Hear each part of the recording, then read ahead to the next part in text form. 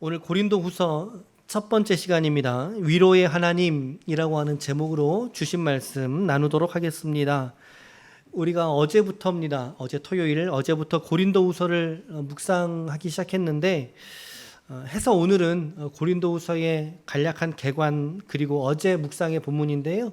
이 본문 가져왔습니다. 함께 설교로 좀 나누고자 합니다. 먼저는 우리 지난주에 드디어 창세기 묵상이 끝났습니다. 아시죠? 우리 1월 1일 올 신년 초에 창세기 1장 1절로 우리가 시작하지 않았습니까? 그 창세기 묵상이 지난주 금요일로 이제 마감을 했는데요. 이야기를 먼저 잠깐 드리겠습니다. 야곱의 죽음이 있었습니다. 그렇죠? 야곱의 죽음과 그리고 요셉의 죽음으로 이어지는, 그리고 이들 사이에서는 약속의 말씀, 그들에게 주셨던 약속의 땅에 대한 사모함, 그 믿음이 있다는 것을 우리가 발견하게 되었습니다. 창세기를 마치면서 우리 엊그제 금요일에 창세기의 결론 요셉이라고 하는 제목이었는데 제가 세 가지의 적용을 말씀을 드렸습니다. 첫 번째는 요셉은 용서의 사람이었다는 것입니다. 요셉은 용서의 사람입니다. 형제들이요, 아버지 야곱이 죽었지 않습니까? 이제 자신들을 보호해 주던 우산과 같은 아버지가 죽었어요. 그러니까 두려운 거죠. 요셉에 대한 두려움이 있었던 것입니다. 그래서 거짓 유언을 가지고 이제 나오게 되자 요셉이 한 말이 무엇입니까? 형님들 걱정하지 마십시오라고 말합니다. 형님들 걱정하지 마십시오. 제가 하나님이라도 된답니까? 저는 하나님이 아닙니다. 저는 형들을 판단할 마음이 없고 판단할 자격도 본인에게는 없다는 것입니다. 그러면서 이 모든 일들이 팔려왔고 또 이곳에서 애굽의 총리가 되고 했던 모든 일들이 결국에는 하나님의 주권 아래에 있다는 걸 고백하게 됩니다. 주권 아래에 있습니다. 섭리의 역사 속에 있었던 일입니다 라고 그의 형님들을 격려하고 그리고 위로하고 그리고 용서합니다. 다시 확증하는 거죠. 이런 용서의 사람이었습니다. 용서의 사람. 오늘 저와 여러분들에게 용서해야 될 사람이 있습니까? 혹은 용서를 받아야 될 사람이 있습니까? 주 안에서 주님의 사랑 안에서 위로와 화해가 있는 우리 모두가 되었으면 좋겠습니다. 두 번째는 요셉은 믿음의 사람이었다는 것이죠. 믿음의 사람. 요셉이 몇 세에 팔렸어요? 애굽으로 몇 세에 팔려갔어요? 요셉이 몇 세에 팔려갔어요? 17살에 팔려갔어요. 17살에. 요셉이 그런데 몇 세에 죽었어요? 말씀에 보면 110세에 죽어요. 110세. 그러니까 여러분 110세에서 17살 빼보십시오. 몇 년이죠? 93년입니다. 그러니까 이 말을 다른 말로 말하면요, 요셉은요 애국 사람이에요. 맞죠? 요셉은 그냥 애국 사람이에요. 90년의 시간을 애국에서 살았고 17년, 고작 17년, 그의 인생의 6분의 1입니다. 그 짧은 기간만을 아버지 밑에서 자라왔거든요. 그러니까는 요셉은 애굽 사람과 다름없고 애굽에서 90년 이상을 살았습니다. 그렇다면 애굽 사람처럼 살았어야죠. 애굽 사람의 종교를 믿었어야죠. 애굽 사람의 습관대로 그가 살았어야죠. 그런데 그렇지 않았다라고 하는 것입니다. 요셉은 이방 땅에서 팔려진 땅이죠. 그것도 타문화권입니다. 타종교 사람이었습니다. 타종교의 문화권이었습니다. 자기 아버지가 온의 제사장이었어요. 다른 이방 신의 제사장이었어요. 자기 장인어른이. 그럼에도 불구하고 요셉은 어떤 사람입니까? 여호와 신앙을 끝까지 지켰던 믿음의 사람이 바로 요셉이라는 것입니다. 여러분 요셉의 스토리를 쭉 읽어가다 보시면요, 요셉이 유독 자주 하는 말이 있어요. 반복적으로 자주 하는 말이 있는데 그게 뭔지 아세요? 하나님께서란 단어예요. 하나님께서. 철저하게 여호와의 신앙을 끝까지 지켰던 그런 요셉의 신앙을 보게 되죠. 믿음의 사람입니다. 오늘 여러분들도 이와 같은 믿음의 사람이 될 수 있기를 축복합니다. 아멘. 마지막 세 번째는 뭐였냐면요, 꿈으로 시작해서 꿈으로 끝났다는 것이죠. 꿈으로 시작해서 꿈으로 끝나는 인생이 요셉이었습니다. 자세한 내용은 또 앞전에 설교했으니까. 이렇게 창세기를 마치면서 요셉이라는 사람의 믿음의 면면을 우리가 함께 살펴볼 수 있었습니다. 오늘 우리 모든 성도들이 요셉과 같은 믿음과 신실한 신앙으로 하나님께 영광이 되시는 거룩한 인생이 될 수 있기를 예수님의 이름으로 축원합니다. 우리가 창세기에서 이렇듯 요셉을 만났다면 이제는 앞으로는 고린도후서를 통해서 바울을 만날 차례입니다. 요셉을 만났다면 이제는 바울을 만날 차례예요. 우리가 지금 이제 고린도후서 지금 보고 있는데 이 서신이 고린도 교회에 보냈던 두 번째 편지이기 때문에 후서인 거죠. 전서가 있기 때문에 후서가 있는 거 아닙니까? 앞에 보냈고 뒤에 보냈으니까. 그런데 다른 서신들과 유독 다르게 이 고린도 후서에서는 자신의 신변에 대한 이야기와 자기 정체성에 대한 고백을 유독 많이 언급하고 있는 모습을 보게 되어집니다.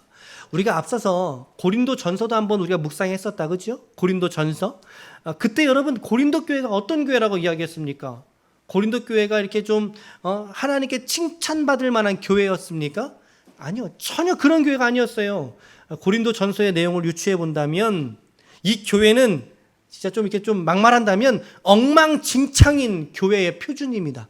엉망진창인 교회의 표준. 저게 무슨 교회야? 라고 말할 때의 표준과 같은 교회입니다. 말이 교회이지 전혀 교회답지 않았던 모습을 가지고 있더라는 거죠. 그들 안에는 이미 세속적인 인본적인 가치관으로 가득 차 있어서 교회의 본질을 잃어버렸고 방황했고 유리하고 있는 은혜가 없는 교회의 모습이었다는 거죠. 여러분, 이 고린도 교회 안에 분열이 가득했어요. 분열이 가득했어요. 이 고린도 교회 안에 무슨 파가 있었죠? 아볼로파, 기억나시죠? 바울파, 심지어 예수파가 있어요. 예수파가. 여러분, 이게 말이 되는 분당입니까? 이게 말이 되는 짓입니까? 이것이 한 교회 안에 주님의 몸을 세우는 지체들끼리 그 안에서 당을 짓고 파당을 지어서 나는 아볼로파, 나는 바울파, 베드로파, 예수파. 철저하게 세상적이었던 거죠. 철저하게 세속적인 가치관으로 리더들을 바라봤다라는 거예요. 줄 서려고. 교회가 갈려져 있는 모습이죠. 이뿐만이 아니라 이 안에는 우상 숭배가 있었고 성적인 타락이 있었어요. 성적인 타락. 아시죠? 아시죠? 은사가 남용되고. 고린도전서 13장은 무슨 장이죠? 우리가 쉽게 말하는 고린도전서 13장은 무슨 장이에요?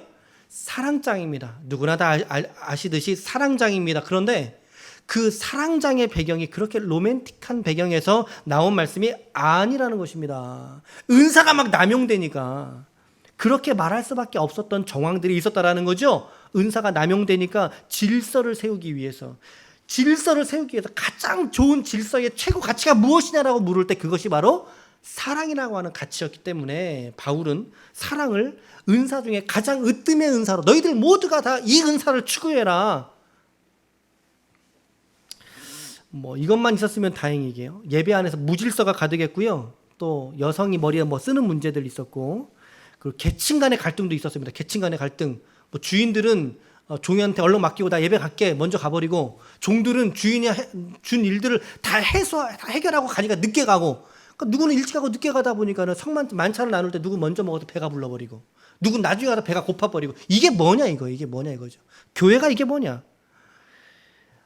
참 문제가 많은 교회였어요.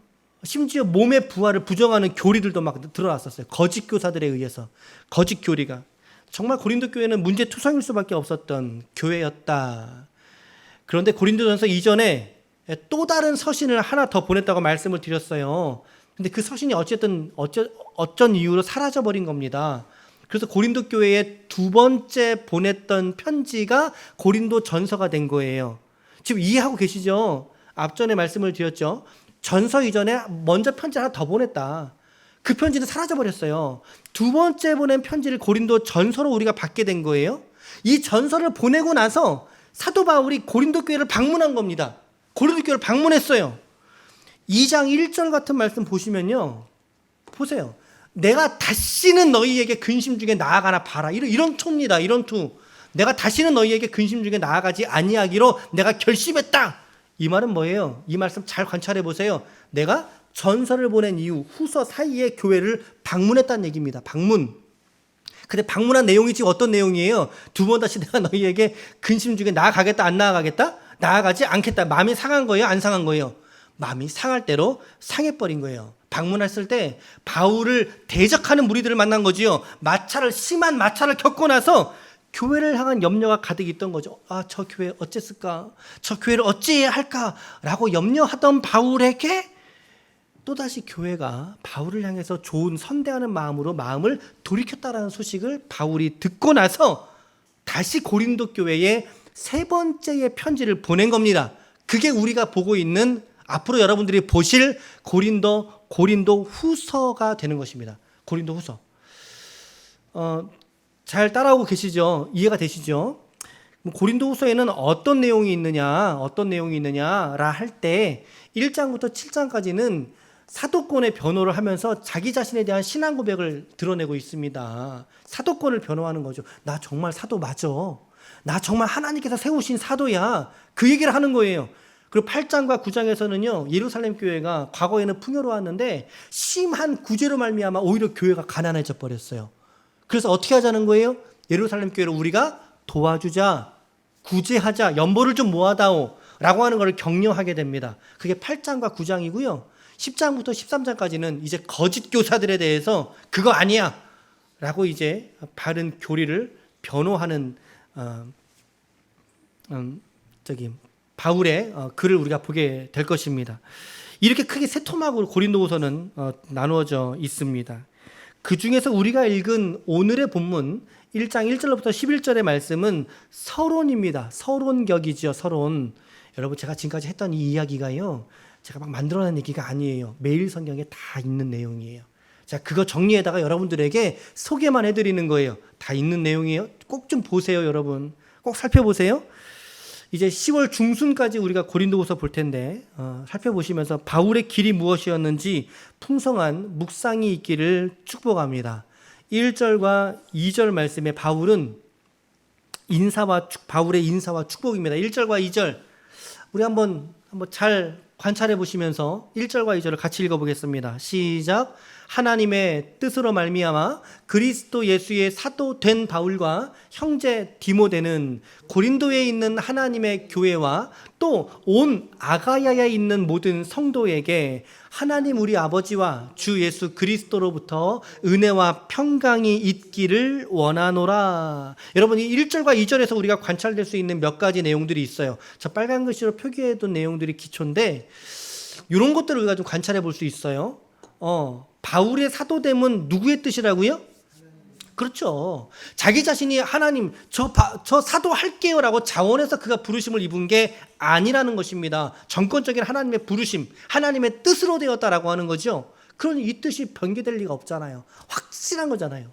두 번째는 지금 디모데와 함께 있다는 것을 알 수 있었고, 세 번째는 이 서신이 고린도 교회에만 읽혀지길 원하는 것이 아니라 온 아가야 지방에 모두가 다 그 인근에 있었던 교회들에게 회람되기를 원하는 바람이 있었어요.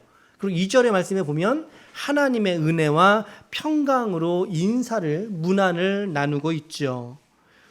여러분, 우리가 이렇게 서로 만나서 성도가 되고 우리가 교회가 된 것이 여러분들은 과연 누구 때문이라고 생각을 하십니까? 여러분들이 결정해서 내가 이 교회에 왔기 때문에 내가 내 뜻대로 이 교회에 왔고 내가 내 결정대로 이 교회에 몸담게 된 거야 라고 여러분들이 생각하십니까?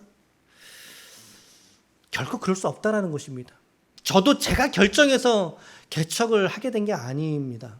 하나님께서 개척할 수 있도록 인도하여 주셨고 이끌어 주셨기 때문에 이 자리에 있는 것이고, 그리고 여러분, 우리 모든 지체들도 마찬가지죠. 하나님께서 선한 마음들을 주시고 이 교회를 향한 부르심이 있었기 때문에 저와 여러분들을 이 기쁨의 교회에 지체 삼아주시고 한 식구 삼아주신 줄로 믿습니다.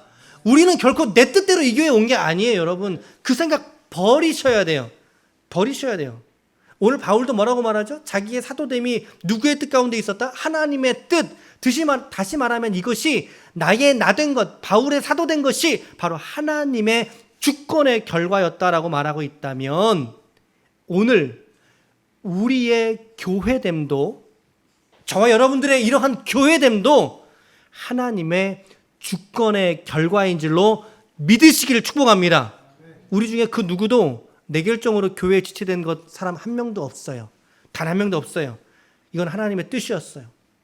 하나님의 역사하심, 그 섭리에 따라서 우리가 교회가 되고 지체가 된 줄로 믿습니다. 여러분, 이 믿음에만 잘 서 있어도 여러분 흔들리지 않아요. 이 믿음에만 잘 써 있어도 흔들리지 않는다고요. 하나님께서 정말 우리 교회 가운데 어떠한 은혜를 주시려고 예비해 두신지 저는 모르지만, 그러나 우리 성도들의 사랑과 또 연합과 또 중보로 말미암아 교회가 교회다워지고 교회로서의 영광을 나타낼 수 있는 우리 교회가 될 수 있기를 축복합니다. 그러한 바람들이 간절히 일어나게 되는 말씀인 것 같습니다.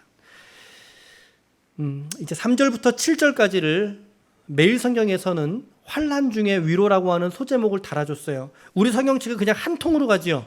1절부터 11절까지를 한 통으로 갑니다. 고난과 위로와 구원과 감사. 제 성경책은 그렇게 표기되어져 있어요. 근데 매일 성경은 조금 더 쪼개주고 있어요. 훨씬 더 좋지요. 그러니까 3절과 4절은 하나님이 누구신가에 대해서 말씀해주고 있는 거예요. 3절과 4절 우리 같이 읽어봐요. 3절 4절 시작. 찬송하리로다. 그는 우리 주 예수 그리스도의 하나님이시요 자비의 아버지시요 모든 위로의 하나님이시며 우리의 모든 환난 중에서 우리를 위로하사 우리로 하여금 하나님께 받는 위로로서 모든 환난 중에 있는 자들을 능히 위로하게 하시는 이시로다. 아멘. 여러분, 이 두 구절 사이에서 가장 많이 반복되는 단어가 뭐예요? 그렇죠. 잘 찾으셨어요. 위로라고 하는 단어예요. 특히나 하나님은 우리를 위로하시는 분이시라고 계속 강조하고 있죠. 계속 강조하고 있어요. 하나님께 받는 위로로서 우리가 모든 환난 중에 있는 이들을 능히 위로하게 하시는 분이 바로 하나님이시다. 여러분, 하나님은 저와 여러분들을 위로해 주시는 하나님이신 줄로 믿습니다. 저와 여러분들을 공감해 주시는 하나님이신 줄로 믿습니다. 물론 공의로우신 하나님이시죠. 그러나 그 공의보다 더 크신 것이 하나님의 사랑과 하나님의 위로의 능력이라고 저는 믿습니다. 그 사랑이 있었기 때문에 이 사랑이 공의를 덮어가는 거 아니겠습니까? 하나님은 사랑의 하나님이시요 위로의 하나님이시다라고 하는 거예요. 그런데 이 말씀을 잘 읽어보시면 4절 초반부를 또 잘 보세요. 하나님이 위로의 하나님이신데 어디에서 위로하시는 하나님이시라고요? 모든 환난 중에서 위로하시는 분이시다. 오호라. 그렇다면 무슨 말입니까? 우리 성도에게 지나갈 환난이 있다는 거예요, 없다는 거예요? 있다는 거예요, 여러분. 우리 성도가 고난을 지나가는 것이 너무나 자연스러운 모습이라는 거죠. 예수를 믿는 우리의 삶에 이거 고난이 없으면 너무나 좋겠죠. 고난이 없으면 좋겠고 아픔과 눈물이든 연단이든 그 무엇도 우리 앞에 없으면 좋겠어요. 그냥 탄탄대로처럼 그냥 그저 형통한 은혜만 우리 가운데 콸콸 부어졌으면 좋겠습니다. 그러나 성경은 그것을 진리라고 말하고 있지 않다는 것입니다. 결코 그것을 우리에게 말씀하고 있지 않아요. 우리가 예수 믿으면서 우리가 경험하는 진리는요, 여러분, 세속적인 관점에서의 풍요로움이 아닙니다. 세속적인, 인본주의적인, 비교적인 관점에서의 풍요로움이 아니에요. 오히려 우리가 예수를 믿는 이유들 때문에 우리가 세상에서 고난당하고 연단을 지나가는 것이 성경의 삶이라고 말하고 있습니다. 여러분, 이 시대 때는요, AD 1세기 시대에는요, 예수 믿는 것 이퀄 뭡니까? 죽음입니다. 너 죽음까지 각오해 라고 하는 것을 담보하고 그들이 예수 믿는 거예요. 예수 믿다가 어느 순간 어떻게 끌려가서 죽을지 모르는 상황이죠. 예수 믿는 것 이퀄 고난입니다. 맞습니까? 그럼 오늘 우리도 맞습니까? 우리가 예수 믿는다면 예수 믿음으로 말미암는 고난을 우리가 바라봐야 되는데 우리가 그 고난을 바라볼 실력이 없다는 것이죠. 그 바라볼 실력이 없이 그저 나 잘 되는 것에 우리의 눈이, 우리의 믿음이 놓여져 있다면 성경은 그런 믿음을 버리라고 말하는 것입니다. 아멘. 하나님은 우리를 그렇게 인도하지 않습니다. 우리의 그러한 생각들은 철저하게 인간적인 것이고 인본적인 것이고 세속적인 생각입니다. 정말 강조하듯이 여러분들에게 말씀드리고 싶은 것, 우리 신앙은 그 생각을 버리는 것에서부터 시작되는 것입니다. 어떻게 보면 그 세상적인 생각을 버리는 것에서부터 우리의 신앙이 출발되어야 된다라고 하는 것이죠. 반드시 고난이라는 시간을 하나님은 우리 앞에 예비해 두시고 그 상황, 그 고난 속에서 우리가 깨닫기를 원하시는 거죠. 아이쿠야, 이렇게 살면 안 되는구나. 아이쿠나, 내가 이렇게 생각한 거 잘못된 생각이구나. 아이쿠야, 내가 다시 주님께로 돌아가야 되겠구나. 라고 하는 고난의 시간을 두신다니까요. 그 시간을 지나가는 성도에게 하나님은 깨닫게 하시는 은혜를 주실 것입니다. 우리로 깨닫게 하시고 그 눈물에서도 함께 우리와 하시는 그 하나님을 보여주신다. 함께 우리의 인생의 고난 속에 함께 걸어가시는 하나님을 경험하게 하신다라고 하는 것이죠. 그러면서 바울은 이 하나님을 고백하면서 이 하나님이 어떤 하나님이십니까? 위로의 하나님이시다라고 말씀하고 있어요. 위로의 하나님. 오늘 하나님의 위로하심이 우리 성도들에게 인격적으로 경험될 수 있기를 축복합니다. 여러분 무엇 때문에 그렇게 힘들어하십니까? 우리는 무엇 때문에 이렇게 힘들어하죠? 여러분들에게 어떤 위로가 필요하십니까? 어떤 위로가 필요하십니까? 우리가 처해져 있는 상황과 여건들 모두가 다 다릅니다. 하지만 다 다른 우리의 삶의 상황 속에서도 하나님은 우리와 얘기하고 싶어 하세요. 다시 한번요. 우리가 경험하는 일상에서의 생활은 다 다릅니다, 여러분. 그러나 하나님은 우리의 그 고난 속에서, 우리의 그 고민 속에서 하나님은 우리와 대화하고 싶어 하신다는 거죠. 얘기하고 싶어 하셔요. 오늘 여러분들이 하나님께 원하시는 그 위로가 이 땅에서의 소망에만 멈춰 있지 않기를 저는 바랍니다. 저는 바랍니다. 여러분, 땅의 문제를 하나님이 열어주시면 열어주시는 대로 가면 돼요. 열어주신 대로 사시면 돼요. 근데 때로는 그 땅의 문제가 조금 닫힐 때가 있어요. 닫히거나 좀 좁아질 때가 있어요, 여러분. 그럴 때는 닫히면 닫힌 채로, 조금 닫아주시면 닫아주신 채로 우리가 살아가면 돼요. 중요한 게 뭐냐? 그것은 닫혔느냐 열렸느냐가 중요한 게 아닙니다. 우리에겐 이것이 중요한 것이 아니라 중요한 것은 우리의 영혼이 하나님을 향해서 날마다 두 팔을 벌리고 서 있어야 된다는 것입니다. 이것이 우리 인생의 가장 중요한 신앙의 모습이죠. 열려졌느냐가 중요한 게 아니라, 닫혀졌느냐가 중요한 것이 아니라, 이 모든 상황에서 내가 하나님께 두 팔을 들어서 손을 들어 기도하는 인생이 되느냐. 형통할 때는 형통할 대로, 조금 안 좋을 때는 안 좋을 대로 하나님께 기도하며 나아가는 그 모습을 주님이 원하신다는 것입니다. 하나님의 깊은 위로를, 그리고 세상에 만족해 줄 수 없는 위로를 오늘 여러분과 제가 오늘 이 말씀 속에서 발견하시고 하나님께 엎드려 기도하는 우리 모두가 되었으면 좋겠습니다. 이렇게 고난 주신 이유가 무엇이라고 성경이 말하냐면 뒷절에 나오는데 5절과 6절이에요. 5절과 6절. 이 말씀도 같이 읽어보겠습니다. 시작. 그리스도의 고난이 우리에게 넘친 것 같이 우리가 받는 위로도 그리스도로 말미암아 넘치는도다. 우리가 환난 당하는 것도 너희가 위로와 구원을 받게 하려는 것이요, 우리가 위로를 받는 것도 너희를 위로받게 하려는 것이니 이 위로가 너희 속에 역사하여 우리가 받는 것 같은 고난을 너희도 견디게 하느니라. 아멘. 그러니까는 이 위로를 주는 이유가 무엇입니까? 마지막 줄의 문장입니다. 고난을 견디게 하기 위해서 위로를 주는 것입니다. 고난을 극복하고 헤쳐나오기 위해서 위로 주는 게 아니라요, 그 고난을 고난대로 잘 지나가게 하기 위해서 위로를 주신다는 사실입니다. 우리가 위로에 대한 관점을 바꾸셔야 돼요. 주님 나를 위로하시면 내가 고난 없어지겠지, 천만의 말씀이라는, 그렇지 않다고요. 그렇지 않아요. 위로의 이유는 하나입니다. 고난을 견디게 하기 위해서. 이 말은 우리 앞에 남은 고난이 있다는 사실입니다. 우리 앞에 남은 고난이 있다는 것입니다. 고난을 통해서 또 다른 형제를 위로하기 위함이고, 그 위로를 통해서 또 다른 형제들을 진실로 위로할 수 있게 하기 위해서 우리에게 고난이 필요하고, 이 고난 중에 하나님의 위로를 경험하게 하신다. 우리의 고난은 주님께서 받으셨던 고난이기 때문에, 그 주님의 고난이 있었기 때문에 우리를 구원하셨던 것처럼 우리에게도 고난이 있기에 우리의 형제와 자매들을 그리스도와 같은 마음으로 위로할 수 있도록 주님께서 도우신다는 것이죠. 이것이 교회의 모습이죠. 이게 교회의 모습이죠. 고난을 함께 짊어지고 연단을 지나가고 그의 생애 속에 놓여져 있는 역경과 눈물이 함께하는 공동체가 교회의 모습 아니겠습니까? 우리가 참 작은 공동체지 않습니까? 우리가 참 작은 공동체예요. 근데 여러분 그런 것 아십니까? 제가 이제 부교육자 생활만 한 17년 정도 제가 했었거든요. 그러니까 뭐 15년이 훨씬 넘는 시간을 부교육자 생활을 했는데, 여러분 부교육자 10년, 부교육자 생활 10년, 15년 했던 것보다요. 사실은 이 담임 목회로 들어서서 지금 우리가 이제 1년 반 돼가지 않습니까? 여기 들어온 지 1년 좀 넘었고, 이 1년을 섬겨본 소회가 더 남다르다는 것이죠.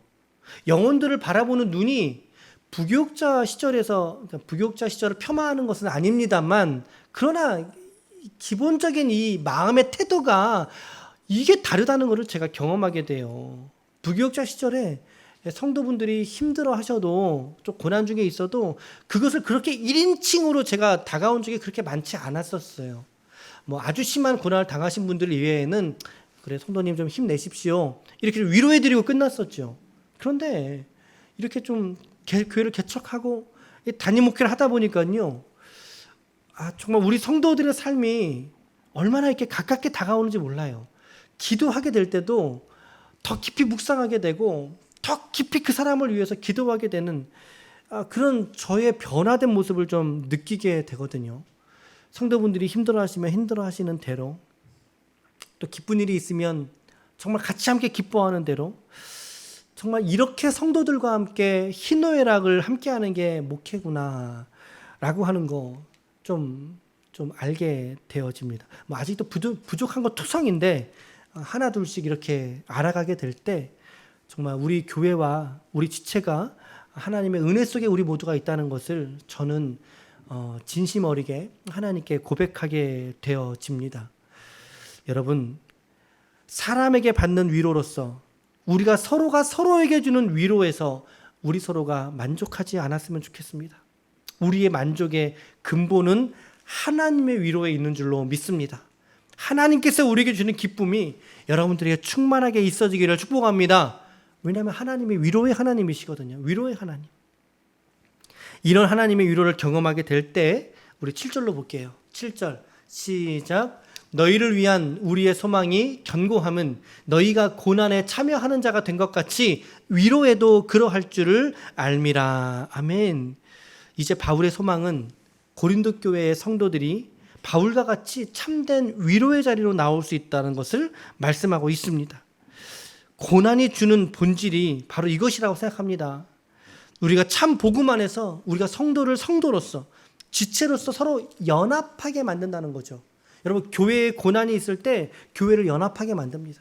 가정 안에 고난이 있을 때 가정을 연합하게 만든다는 것입니다. 하나님께서 이러한 고난을 주신 이유를 두 가지로 정리해 볼 수 있는데, 첫 번째는 같이 한번 읽어보실게요. 시작. 하나님만 의지하게 하기 위해서. 8절과 9절을 같이 읽어보겠습니다. 형제들아, 우리가 아시아에서 당한 환난을 너희가 모르기를 원하지 아니하노니 힘에 겹도록 심한 고난을 당하여 살 소망까지 끊어지고 우리는 우리 자신이 사형 선고를 받은 줄 알았으니 이는 우리로 자기를 의지하지 말고 오직 죽은 자를 달리 살리시는 하나님만 의지하게 하심이라. 아멘. 아멘. 바울은 오늘 복음을 전하면서 경험했던 절망과 그 환난을 교회가 모르지 않기를 원하지 않습니다. 심한 매질, 살 소망까지 끊어진 그 이유를 하나님께서 자신에게 무엇이라고 말하고 있습니까? 우리를 의지하지 아니하고 빨간 줄에 오직 죽은 자를 살리시는 하나님만 의지하게 하기 위해서 우리에게 고난을 주셨다라고 하는 것입니다. 오늘 여러분들 인생 속에 살 소망까지 끊어진 것 같은 절망과 아픔이 있으십니까? 그 이유를 깨달으십시오. 하나님만 붙들게 하기 위함인 줄로 믿습니다. 하나님만 붙들게 하기 위함인 줄로 믿습니다. 두 번째는 이유 두 번째 시작. 서로를 위해 하나님께, 그렇죠. 첫 번째는 하나님만 의지하게 하기 위해서, 두 번째는 서로를 위해 하나님께 감사하기 위해서 고난 주셨다. 저 말씀 보세요. 너희도 우리를 위하여 간구함으로 도우라. 이는 우리가 많은 사람의 기도로 얻은 은사로 말미암아 많은 사람이 우리를 위하여 감사하게 하려 함이라. 감사하게 하려 함이라. 여러분, 기도는 인생을 변화시킵니다. 기도는 살 소망을 불어넣어 줍니다. 기도는 사람을 살립니다. 시편 119편 71절에 고난당하는 것이 내게 유익이라 이로 말미암아 내가 주의 율례를 배우게 되었나이다. 우리에게 고난이 있을 때 그 고난이 우리에게 주는 유익은 먼저는 고난을 당하는 당사자들에게 하나님의 율례를, 즉 하나님의 뜻, 하나님의 말씀을, 계명을 깨달을 수 있다는 것입니다. 아, 이 말씀의 의미가 이것이었군요라고 깨닫게 되는 그 순간이 언제라고요? 우리가 고난 중에서 주님을 묵상하게 될 때. 여러분, 고난 중에서 널브러져 버리면 이 율례를 깨달을 수가 없습니다. 그러나 고난 중에 주님을 묵상하게 될 때 주의 율례를 깨닫게 되는 은혜를 고난 중에서 경험할 수 있다라고 하는 것이죠. 그러면 더 많은 이들이 하나님께 감사하게 하는 일들, 공동체가 하나님께 감사하는 일들을 허락하기 위해서 하나님이 우리에게 고난을 주셨다. 그러기에 우리 성도들에게는 고난도 유익이고 불통도 유익이고 때로는 죽음과 사망조차도 우리의 감사와 찬송을 막을 수 없는 줄로 믿습니다. 오늘 저와 여러분들에게 있는 고난은 무엇입니까? 그 고난 속에서 하나님은 여러분들을 어떻게 위로하고 계십니까? 그리고 여러분들은 어떻게 기도하고 계십니까? 오늘 결론의 말씀을 드리겠습니다. 저는 위로의 하나님이라고 하는 제목으로 고린도후서의 첫 번째 시간 갖게 되었는데, 여러분, 하나님은 우리를 위로하시는 위로의 하나님이십니다. 그리고 우리 성도를 향하여 위로하는 성도들은 성도들을 향하여 위로하는 성도들이 되어야 할 것입니다. 곧 위로의 공동체가 교회가 되어야 되지요. 누구든 교회로 스며들 때 이 안에서 위로와 소망을 경험하게 될 줄로 믿습니다. 여러분들이 하나님께 구하고 싶은 위로 한 가지만, 단 한 가지만 구하라고 한다면 여러분들은 무엇을 구하시겠습니까? 심한 환난과 고난 앞에 기도하고 계십니까? 문제 앞에 기도하고 계십니까? 불평하지 마시고 판단하지 마시고 그 속에서 내가 기도하고 있는가를 우리가 물어보아야 될 것입니다. 정말 중요한 질문이죠. 이번 한 주간에도 여러분, 우리에게 코로나19가 이렇게 버티고 있습니다. 너무 안타까워요. 아까 기도자께서 이제 코로나19에 대한 말씀도 하셨지만, 이제 가을이 되면 가을이 늦가을이 되고 초가을이 되면 이게 2차 대유행을 할 것이라는 것이 일반적인 견해와 예측입니다. 여러분, 단단히 예비하셔야 돼요. 여러분, 그 독감 주사 맞으셨어요? 예, 맞으셔야 돼요. 여러분, 이번에는 꼭 좀 맞으셔요. 예, 저도 맞을 거예요. 이런 우리 몸도 예비하실 뿐만 아니라 여러분들의 믿음도 예비하셔야 된다는 것이죠. 코로나19가 버티고 있습니다만 우리 성도들의 믿음은 빼앗아 갈 수 없을 줄로 믿습니다.